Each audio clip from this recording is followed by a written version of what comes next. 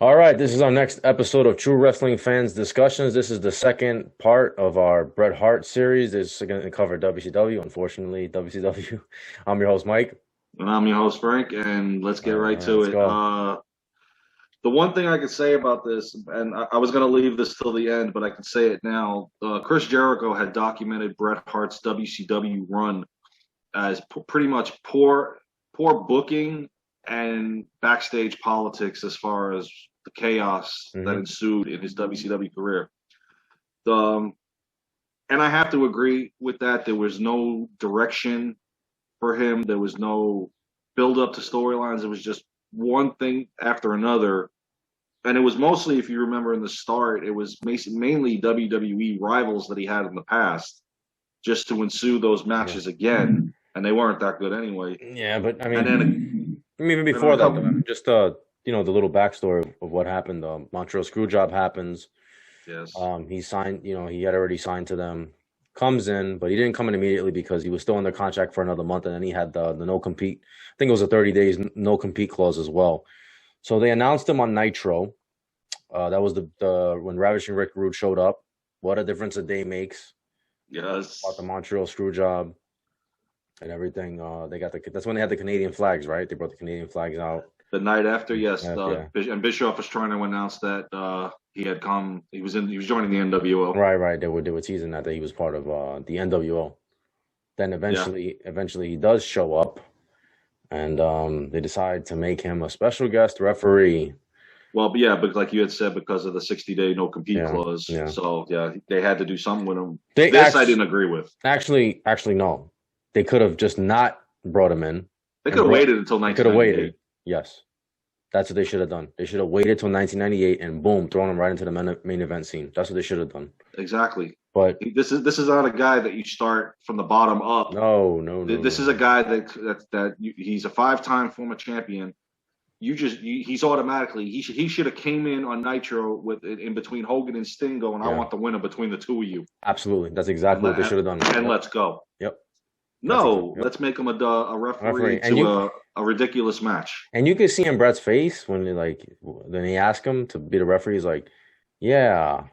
I think he said, "I'll be honored" or something like that. But you could tell looking at him, he's like, He had that look a lot when he was there because that was his look. That was his look yeah, in general in WCW. yeah, because he had the look like, and Flair said he had the same look on him for years Yeah. because Flair was hoping that it got shut down years earlier. Mhm.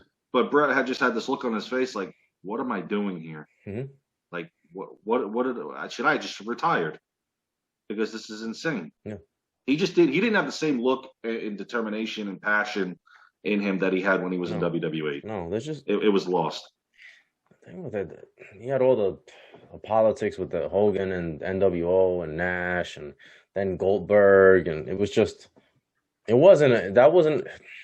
Even though they were winning the Monday Night Wars, so you would think that was the right time for him to come in.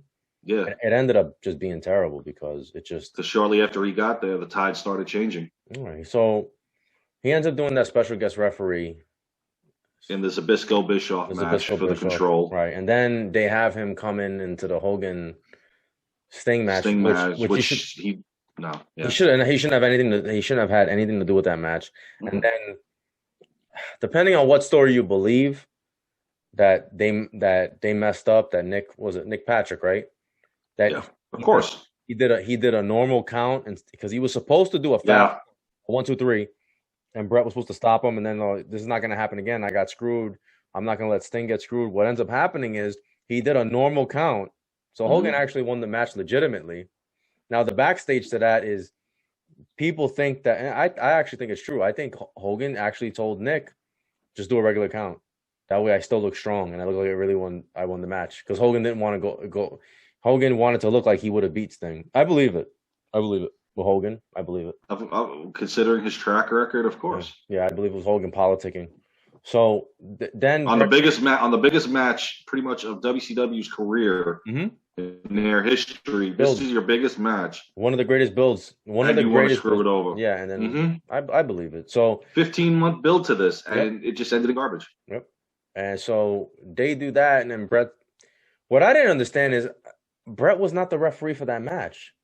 So how does No, he come in? How does he come in and do the 1, 2, 3?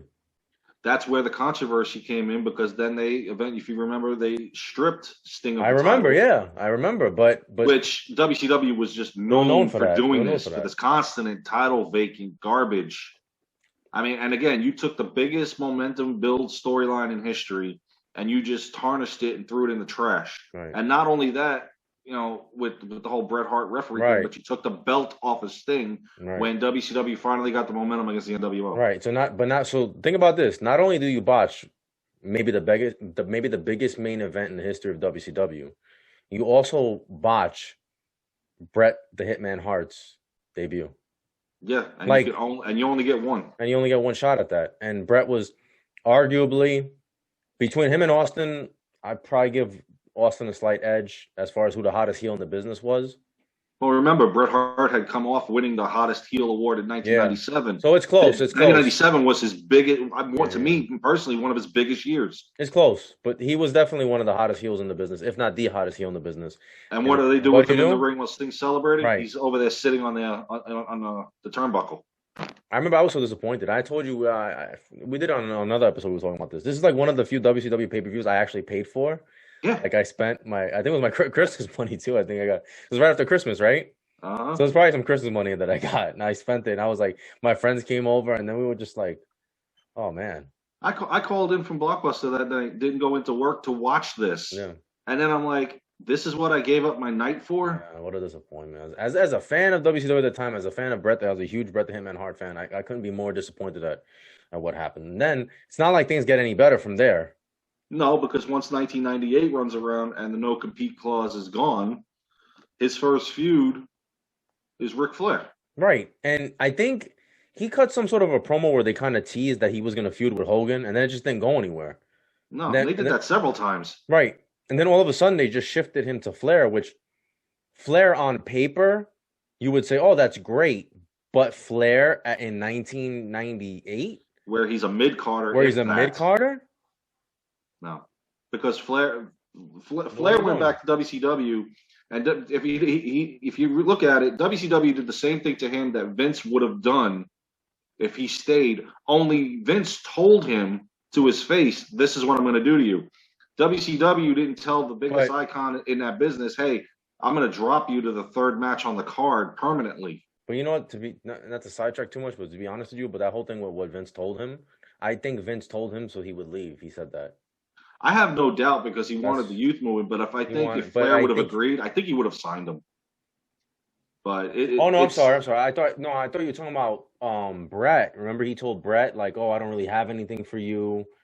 Maybe these are the people you're gonna feud with if you stick. Oh no, I really believe that Vince was trying to get out of that contract. Yeah. And part ways with him. I have no doubt in that, because Vince and I saw it too, and I've told you this. I didn't see really Bret Hart fitting into the Attitude Era with his traditions and his values. I think they would have pulled it off somehow. But I think the booking would have been extremely hard. I think what the real problem was, it was Shawn or Bret, and he chose Shawn. That's what I think. When it comes down to that, and look at what happened. A few months later, Shawn's out of the picture. Shawn's out. Isn't that ironic? I mean, that's just wow. I mean, and if you think about it, you possibly could have had a Bret Austin feud through '98 for the title. Because 1998, with the exception of Kane, Taker, and Mankind for the first few months, you really didn't have any main eventers for Austin other than that, besides the Mr. McMahon character. But I mean, going forward, booking might have been difficult, but you maybe could have made it work with The Rock, Shamrock, Austin, stuff like that. But with all the stuff going on, I really think Bret wouldn't. I still don't see him fitting in with everything they were doing. Yeah. Even if he didn't fight those guys, just the stuff going on in general, I don't think he would have been a fan of. Either way, no, I think that he went with Flair. I think that Vince was being honest at that time when he told Flair. But you put Flair with Bret now, and that's sold out, which is the NWO pay-per-view. Which is the NWO pay-per-view. Now, why are two WCW guys fighting at an NWO pay-per-view? I don't know. Because Bret had made it clear he wasn't involved with the NWO. Yeah. I mean, the match wasn't even that good. Like, it was okay. No, it wasn't, and Bret won the match over Flair. And then after this, he decided to defend WCW's honor against the NWO. So now the next person he faces is Bryan Adams from the NWO, and that was in his Nitro debut in March. This is what doesn't make any sense to me. You spent all this money. He's just going down. You just spent all this money on getting Bret the Hitman Hart, right? I think Bret had maybe other than Hogan, I think he might have had the biggest contract. I think at that time when he came. Hall and Nash up there too, because but that's only after Bret came in. I'm talking about as far as coming in. I think Bret had the second biggest contract. I think I'm almost $2.5 million a year. Yeah, I'm almost positive he had the biggest contract next to. Oh, I wouldn't doubt it because he's that caliber wrestler, of course. So you bring him in, hottest heel, arguably in the business, and again you're throwing him in mid card matches on Nitro with Bryan Adams. I mean, come on, man. I mean, you didn't even feud with this guy in WWE. No. And I mean, it didn't make any sense. And then from there, they tried to rekindle the old rivalry at Uncensored with Curt Hennig. And here's the problem. The problem is that even though Kurt could still wrestle and they could put on a good match, Curt Hennig, he wasn't the same. No, he was like a lower mid card. Curt Hennig. I think I would call him lower mid card if we're being honest. Opening match, if that. That's what I'm saying. Like it wasn't even like. And you have him fighting him at Uncensored, right? I mean, by now, if Bret's not WCW champion or even US champion, he should definitely be in the mix with the top tier NWO or top tier WCW, not the guys like this. And I'm not trying to take anything away from Curt Hennig, but just at this time, his momentum was gone. No, it was gone. It was gone. And it also hurt him. It hurt him not being Mr. Perfect and not being able to use that gimmick. Exactly. And that name, it hurt him a lot. Yeah. Exactly. I mean, Curt Hennig's claim to fame in 1998, he got himself a WCW title shot against Goldberg, but how long did that match go? Yeah. And the only reason why he got that match was because they didn't want to put any big guy up against Goldberg for him to decimate them. Right, yeah. So in any event, now we turn to April of that year, and now on Nitro, Bret had actually helped Hogan, if you remember, recapture the title against Savage. Yes. And we talked about this in the NWO episode, because this is where he turned heel and where he became the recruiter. Which again makes no sense. You're either in or you're out. Right. You're either NWO or you're not in it. You're NWO for life, right? You're not. I'm pretty much the NWO talent agent. I'll call you guys when I got somebody to come in with you. I still don't understand that to this day. It's like not even a guy like DiBiase or a guy like Virgil were recruiters or anything like that. They were actually members of the NWO. Even though they didn't wrestle. They should have been in that job. If anything, they should have been in that job. But Bret, you're putting Bret as the recruiter, but I'm not part of NWO, but I'm the recruiter. Oh god, this just goes to show they didn't know what the hell they were doing in WCW. They didn't know who. Number one, they didn't know who they had, and they didn't know what to do with them. And it's sad.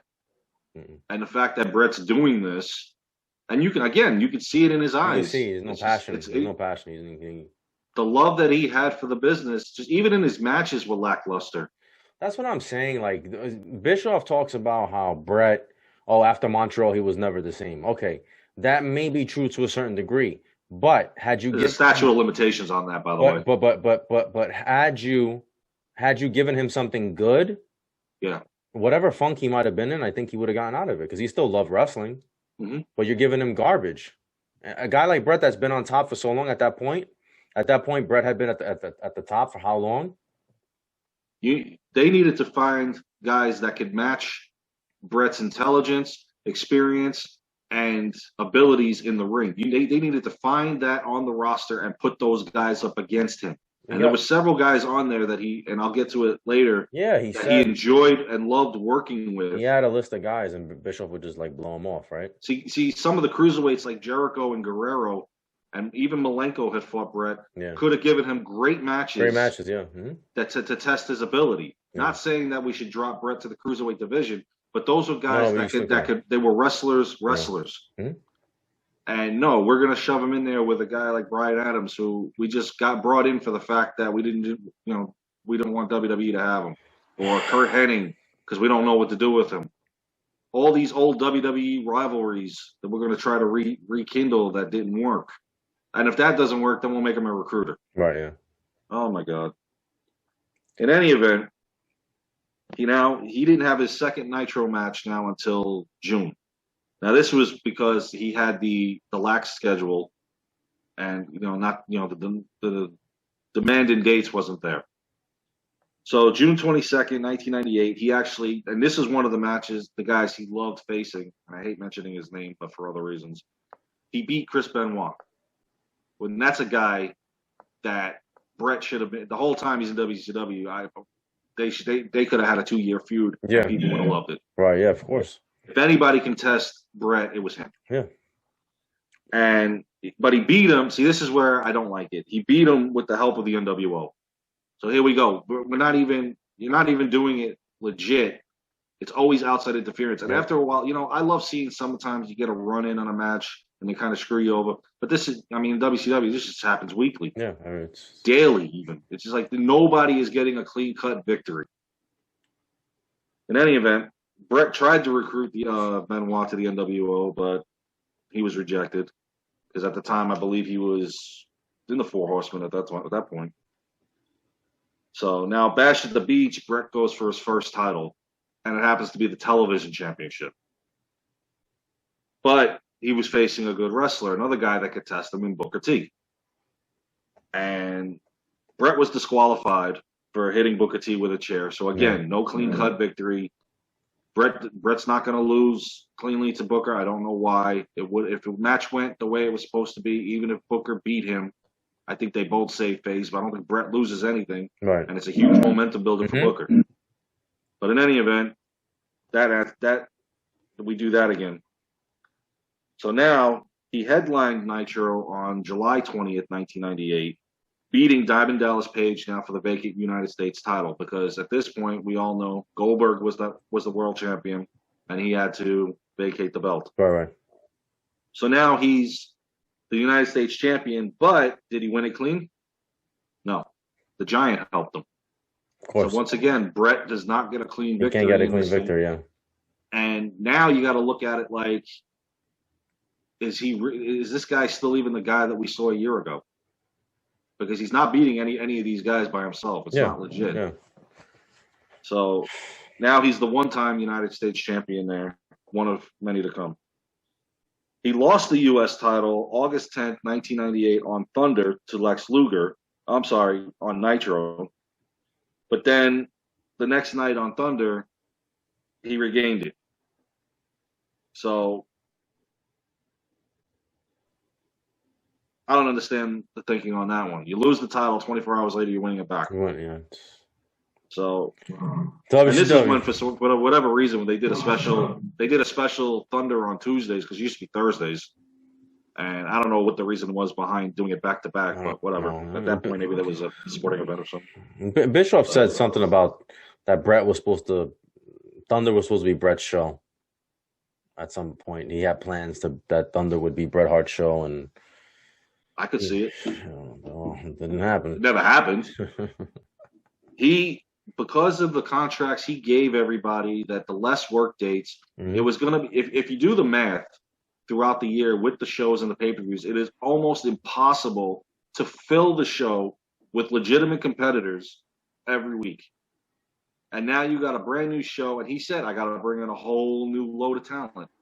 Well, you've already got 70 guys on the roster that are working half the year. How many more are you going to bring in? Yeah. I mean, and at that point, the free agent market wasn't exactly there. And that's when Heyman claimed that Bischoff pillaged and plundered his roster. And Bischoff denied it, but then was caught in a lie 30 seconds later in that interview he did, saying one man's pillage is another man's opportunity. And I'm like, well, you just said you didn't do this 30 seconds ago. Now you're admitting you did it. At least when Vince did it, he compensated Heyman for the talent that he took. And he didn't take much from Heyman, other than really the Dudley Boys and Taz, but Taz was trash. Yeah, but I mean, Vince had done the same thing before, though. So, but look at all the WCW guys that went over there. Flair went over there. Sid went over there. Well, that's WCW. They don't play well with others. At least Heyman, who's a lower market and struggling to hold his head above water. Well, they were subsidized. WWE was subsidizing them. Yeah, so, he was. There was the whole thing where he gave him $50,000. Yeah, nobody knew helping that. him At the time, nobody knew that. He helped him promote his pay-per-view, Barely Legal. They had them come on Raw all those times, which I thought was awesome because I like the interpromotional thing he did with him. So, but Bischoff just goes and just rampages through the talent and goes, "All right, they're all mine. There we go." And I'm not going to give you nothing in compensation. Yeah, but I don't feel bad for Vince. He did that in the '80s with all those territories that he took all their stars. So, same thing. Just the way, just something about the way Bischoff did it. That's all. No, Bischoff was just more upfront with it. That's why he was more upfront. Like, I don't care, but same. The result is the same. So now we go to Fall Brawl, where that famous War Games #1 contenders match with Warrior that was in. Bret Hart was in it. Unfortunately, he didn't win the #1 contendership. DDP beat Stevie Ray in that match. But Bret did, handle himself pretty good in it. And it was loaded with talent except Stevie Ray. So you knew that was the guy getting pinned in that match because I knew it when I watched it. So shortly after that, Hart had asked the fans for forgiveness. And he turned his back on Hogan at that point and the NWO. And I always thought this was a storyline at first because I'm like, all right, can I really believe this? And on September 28, 98, Hogan and Bret Hart was actually booked for Nitro. When we're like, finally, we're going to get to see this match. Yeah, finally. Yeah, no. During the match, Bret got a knee injury. And the match ended in a no contest. So now Sting came to help. And he interfered between the two, thinking that this was legit. So it wasn't. And then, if you remember, this was, I think, one of Warrior's last matches, the October 12th, 98, the famous Blade Runner reunion. Yeah. I loved it, but again, it didn't end the way, it ended like crap. Right. Sting and Warrior versus Bret Hart and Hogan ended by DQ. Again, if you got all this top talent and you're not willing to let anybody get over on the other one, what's the point of having them? Yeah. If you're trying to save face for all of them, guess what? It's not going to work. No. In any event, their feud ended at Halloween Havoc when Hart defended his U.S. title against Sting. That was actually one of two feuds that the two of them had. That was a dream match too. The Sharpshooter versus the Scorpion Deathlock. Yes, but unfortunately, they always ended the same way. Except in '99, when that feud went a little different. Right.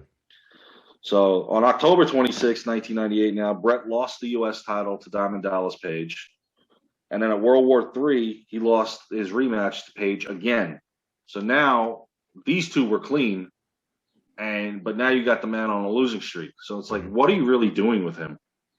He's been there. He's been there a year. And a year now. He's not. And he's not in the main event picture. Not in the main event. Yeah. He's a former 2-time United States champion and still at that mid-card level. And you still haven't had him fight some of the talent that people have been dying to see. No, the dream match was Hogan. That was the dream match. But he never got it. No. And that's probably because of Hogan. Hogan didn't. To me, that's all Hogan. Yeah. I'm sorry. So now, November 30th, 1998 on Nitro, Bret regained the United States title against Diamond Dallas Page in a no disqualification match. Yeah. Of course, the Giant helped Bret Hart. So now I'm losing count, a 3-time United States champion. Yeah. In any event, we go to 1999 now with him. On February 8, 99, Bret lost the United States title to Roddy Piper on Nitro. Again, a match they're probably trying to rekindle from WrestleMania 8 is not going to go the way they want. No. They didn't learn their They didn't learn their lesson. They didn't learn their lesson from Halloween Havoc with Warrior and Hogan.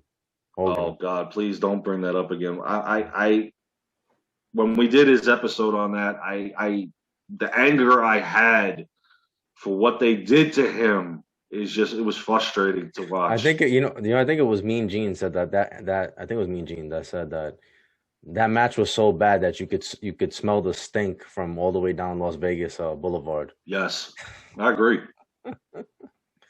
And all Warrior wanted Hogan to do for that is just admit, you brought me in to embarrass me at that match. Just admit it. And he wouldn't. But I think that's what they did. In any event, March 29th, 1999 on Nitro, Bret Hart focused on WCW champion Ric Flair and Hulk Hogan. He actually came out and he was pissed and he cut a promo on them for avoiding him for a match on the both of them. Now, well, Flair hadn't avoided him; they already fought. But I guess as far as being as a champion, we already know Hogan's avoiding him. He then called out Goldberg, claiming he could beat him in 5 minutes. And I think that this was one of Bret Hart's top 2 moments in the company. What he did in this skit, and then later on in '99, Goldberg speared Bret, and you remember all of a sudden Goldberg is laying on top of Bret, not moving. Bret all of a sudden gets up, and Mike Tenay was like, "What is this?" And Bret Hart's wearing that steel metal plate under his Maple Leafs jersey. I thought it was cheesy when I saw it, and I said, "Well, this is just typical WCW in '99." But Bret Hart actually enjoyed doing this. No, it worked. It worked. People liked it. It worked. It was Canada, cheesy, but it worked. They were in Canada too when he did that, right? That was Canada, so yeah. Because they gave him a standing ovation when he got up, and Bret actually did a self pin on Goldberg. Remember, he had the Toronto, the Maple Leafs jersey on. Yep. So he then announced over the mic, "Hey, Bischoff and WCW, I quit." Yeah. And so in reality, he actually suffered a groin injury in a match against Malenko back in November, and he needed surgery and the time off. So that was the way of getting him off thing. Now, unfortunately, in 1999, he was actually scheduled to return in May. But unfortunately, the passing of his brother Owen Hart in WWE at Over the Edge pay-per-view cost him to lose 4 more months as he stayed with his family. And this hit Bret hard, and it hit the whole wrestling universe hard, especially me. I've discussed that Owen was one of my favorites, and so now Bret Hart is out for an extended leave. I honestly didn't think he was going to come back after this. I really thought this was going to be this was it. This was what was pushed him over the edge to be done with the business. Yeah, I wouldn't have been surprised if he didn't come back. That was tragic. Yeah. He did, however, return September 13th, 1999 on Nitro, teaming with Hogan against Sting and Luger. This is the other thing that I liked that they did, and I didn't know that they actually could name the match this, but I guess because of what Vince was kind of treading water with the family with the lawsuit. On October 4th, 1999, WCW held Monday Nitro at the Kemper Arena in Kansas City, where the incident happened with Owen Hart. He wrestled Benoit in an Owen Hart tribute match, it was called. And I guess, Vince didn't say anything about it or do anything because, again, I guess he was treading water with the family, so I guess it was allowed to be able to use the name. But he can't. No, he couldn't say anything because Owen Hart owned his own name. It wasn't a gimmick. That was his name. Well, and because of the 2 companies. No, he couldn't. He couldn't have said that was his real name. I wouldn't have been able to see. I couldn't see why he would, because since they did something like this, I thought it was nice. The match was great. I watched it. It was a great match. It was. It really was. And Bret defeated Benoit in that match. And I saw the tears in his eyes after the match. I just can't believe they went back to that same place. And whether it was booked earlier on. It was booked earlier on. They booked those things well ahead in advance. Okay. So it just happened to be at that point. Yeah. So.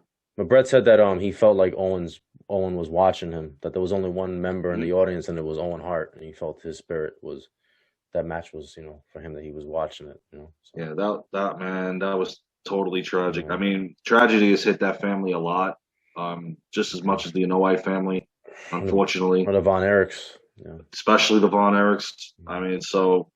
Bret, this was the second brother that Bret had lost, because he lost one in 1990, actually the night before Survivor Series. Then this, and then obviously later on with everything. So now we go to October 18th, 1999 on Nitro. Bret challenged Sting for the WCW Championship, but lost when Luger attacked him. Yeah. And I was always wondering, if you're doing all these WWE rivalry things that first year he was in there, where was Luger and all of this? Right, and the whole thing, yeah. Because if anything, I would have expected them to do that. Right, yeah. But then again, this is WCW. Which is WCW we're talking about, so. So after a series of controversial matches over the WCW title, the title was once again declared vacant at this point. Makes no sense why they forever did this. Yes. So a tournament took place over several Nitro episodes, and again, the tournament didn't even make any sense. Bret's first round opponent, who actually should have been the finals, in my opinion, was a match against Goldberg. Yeah. Not only a tournament match, but for Goldberg's newly won U.S. title that he won the night before against Sid Vicious from Halloween Havoc. Now, Bret beat Goldberg, obviously with the help of the NWO, and now he's won the U.S. title for the 4th time. So not only is he U.S. champion, but he's moved on to the 2nd round. The way they did tournaments also didn't make any sense. They really didn't. Remember who was in charge at that time? It's Russo. Yes. Russo didn't know what the hell he was doing. Now, thankfully for Bret, he had nobody watching him. Remember, you had Vince McMahon watching him in WWE. He had no filter. He didn't have anybody to filter out all the bad ideas. But thankfully for Bret, he did come in, and he was a big Bret Hart fan, and he made sure he was going to push Bret Hart. That's the only reason Bret Hart even gets this push now, is because of Bischoff, not Bischoff. Yeah, because this was Bret's biggest month. 2 years later, 2 years after he came in. So you got 1 year left on your contract. Yeah. And the ratings at this point have started to plummet because by '99, WWE was dominating. They're already like in the toilet. Yeah, it's already bad. I mean, WWE's Raw ratings were up at the 6.0 mark. Yeah, it was crazy back then. And they were down at the 2.5. So, which, I mean, it was just, ironically, that'd be like a tremendous rating now. To be honest, I would. I'd pass out if I saw a Monday Night Raw getting a 6.0 right now. Right now, we're lucky if we get a 1.8. No, I'm saying the WCW 2.5 is a great. If that happened today, that'd be a great rating. Yeah. Only we haven't seen it in a while. Yeah, that's what I'm saying. So 1.8, I think, was the last. Right. I don't remember the last time they had a 2.0 rating. So that's just sad. But I also, not to sidetrack, but I think a lot of it still has to do with the lack of fans. And with the pandemic, because what Vince really ultimately wants to do, he doesn't want to do unless the fans are there. And to me personally, with a lot of these guys who are seasoned in WWE, they're not getting any younger. You're running out of time to do some of the stuff you want to do. You may just need to go ahead and do it and get your ratings up. No, I mean, if you're waiting for the fans to come back permanently, some of the stuff that you want to do, you may not be able to get to do again. Yeah, but the ratings were already bad even before the pandemic. They're probably worse now, but they weren't bad. They were still bad before the pandemic. They were in a steady 2s for both Raw and SmackDown, but now they've been in the 1s for the last year, only because I have a feeling a lot of it due to this. And I mean, nothing against the WWE Championship holders. It's not their fault, like we've said past, but Sean and everything. It's just the way the business is going right now. If you look at AEW, they're not doing any better. Even now that they're on their own, they're still not hitting the 1.0 either. So it's not just WWE. I think it's wrestling fans in general. Yeah, but it's AEW though. So what do you expect? They're a new organization. They don't really, But anyway. They have the WCW 2.0 because they have no direction. Yeah. In any event, I don't want to talk about them. So now he beat Goldberg. November 8, 1999 on Nitro. Bret lost the U.S. title to Scott Hall in a ladder match. Gee, where'd they get that idea? Yeah. And which Sid Vicious and Goldberg were also in. It was a fatal 4-way match. I wouldn't put Sid on any type of ladder. No. I wouldn't even put him on the top turnbuckle. In any event, Scott Hall beats. It would have been better, I think, personally, between the two one-on-one. But, again, this is WCW. Now, in the tournament as well, Bret had beaten Perry Saturn, Billy Kidman. Jesus Christ, Perry Saturn. Yeah. As well as Sting and Benoit. Now, he fought Sting in the semifinals at Mayhem. Now, this was their best pay-per-view, I believe, 1999. I really loved Mayhem. Mm-hmm. This was a great pay-per-view, and I thought for a split second that they could bounce back from the rut they were in off of this pay-per-view, but unfortunately they didn't. But Mayhem was one of their greatest pay-per-views ever. He beat Sting in the semifinals. At this point, Sting is kind of being the heel because Bret is a fan favorite at this point. Right. But that finals match against Benoit was ultimately a classic. Yeah, it's one of Bret's greatest matches. And again, I don't like to give his opponent a whole lot of praise, but he did a great job in the match with him. Oh, that was great. The psychology of that match and everything. If you want to see just a great wrestling match, this is one of the matches you should watch.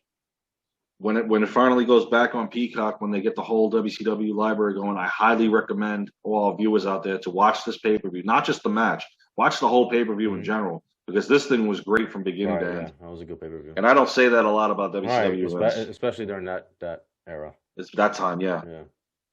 So now we move now. Now Bret Hart finally 2 years later, over 2 years, 2 years and 1 month later, he's finally WCW champion. Yeah. And too little, too late, though. So. In my mind, yes, because this should have within the first 6 months him being there, he should have been champion, hands down. Absolutely. So now December 7th, 1999, and this right here is definitely a WWE moment because they do this all the time. Bret and Goldberg won the WCW Tag Team Championships against Creative Control. Now we always see this, especially around WrestleMania, where the WrestleMania opponents become tag champions. Yeah. I never liked this, and they'll still do this. I don't like 20 years from now, they're going to still do this. Not a fan of it. I'm not a fan of it. We saw Cena Michaels. We saw Shawn and Austin, even though they weren't WrestleMania opponents yet. We saw this with Cena and Miz. It's just, it doesn't work. In my opinion, it doesn't work. He was now a double champion at this point. He's got the tag titles and the heavyweight. They lost the tag titles a week later to, take a guess who they lost it to. Everybody should know this. The Outsiders. No, that's right. Who else would beat them? Come on. Yeah. Paul and Nash. Yeah.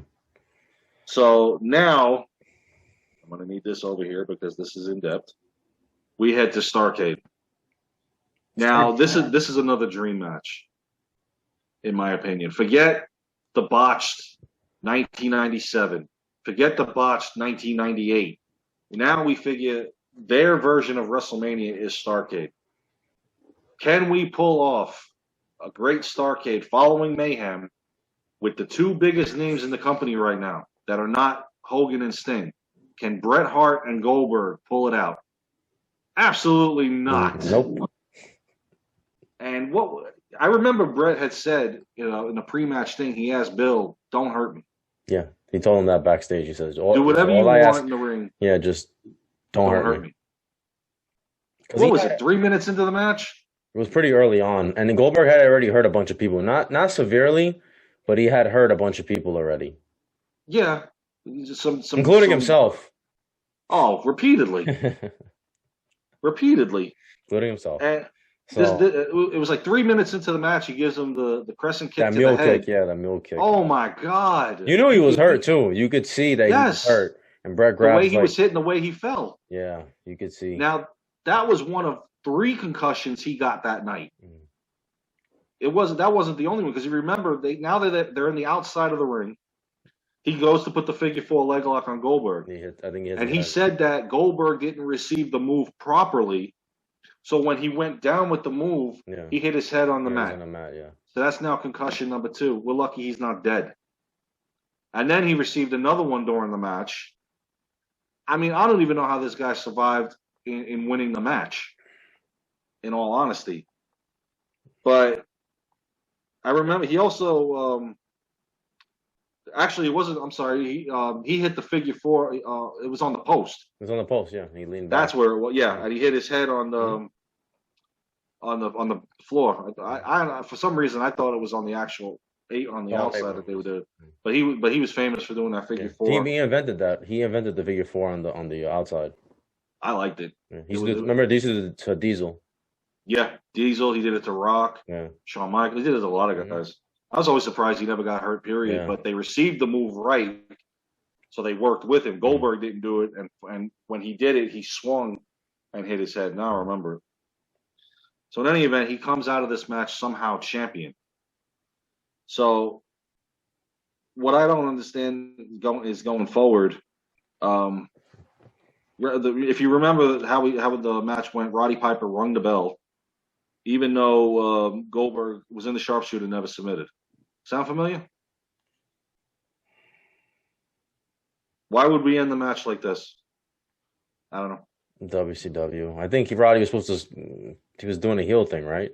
That's what it was. Yeah. Yeah. So now,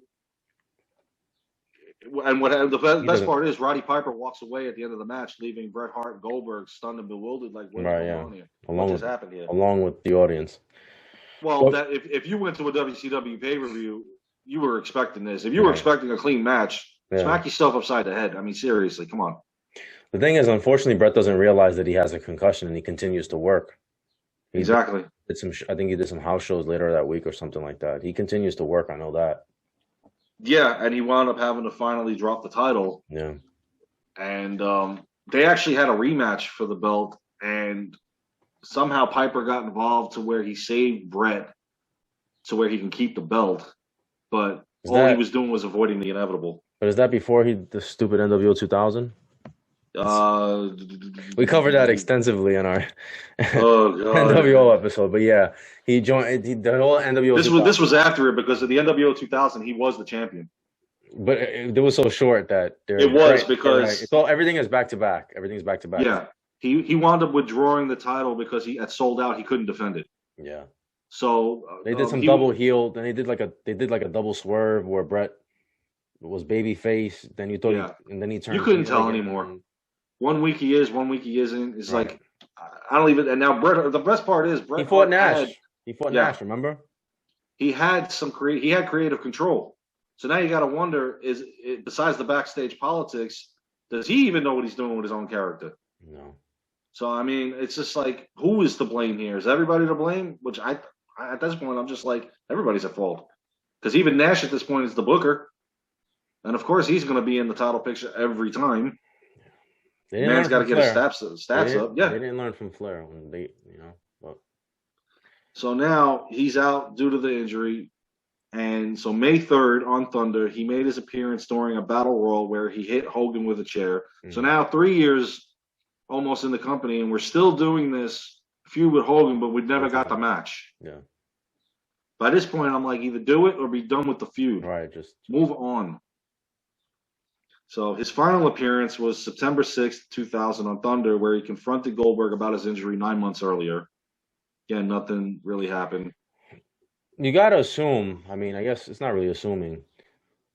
He's still hoping to come back. Like, even though he's got the post-concussion syndrome, he's hoping he's able to wrestle again. So that's why they kept him off TV, but then they brought him back months later.